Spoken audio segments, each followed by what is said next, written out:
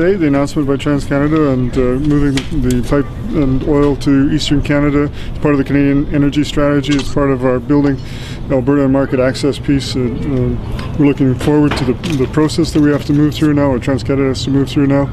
And I think it's a good utilization of Alberta's resources to open up that market access. And we need that. Looking forward to the timing on it and to the results that it'll have for Alberta. I mentioned the other day that Keystone is one of the pieces of the puzzle. When we move from 1.5 to 2 million barrels per day to 5 million barrels per day, we're going to need to have access to markets from different points. And having access to India, as the case of the East Coast, is critical to us as it is off the West Coast. And frankly, with the amount of production that we're going to have coming out of our province, the more the access points, the better. In actual fact, the differential today is still running at around 20%. And that's a lot better than we thought it was going to be, frankly, because the bubble has dispersed itself somewhat because of the rail option that has been out there. And obviously this is not going to come into play for a number of years to come. But the simple fact of the matter is there is demand. It's economically feasible to do.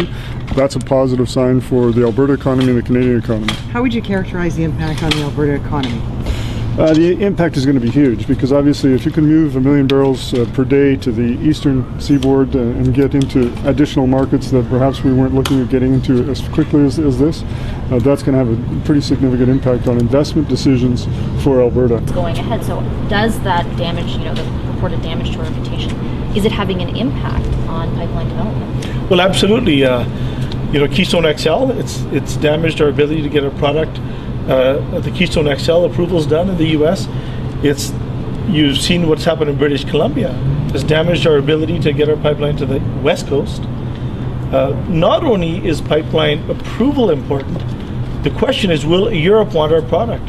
The Alberta Liberals believe it'd be great to upgrade and refine our product in our country to European standards, and let's export to Europe via the East Coast.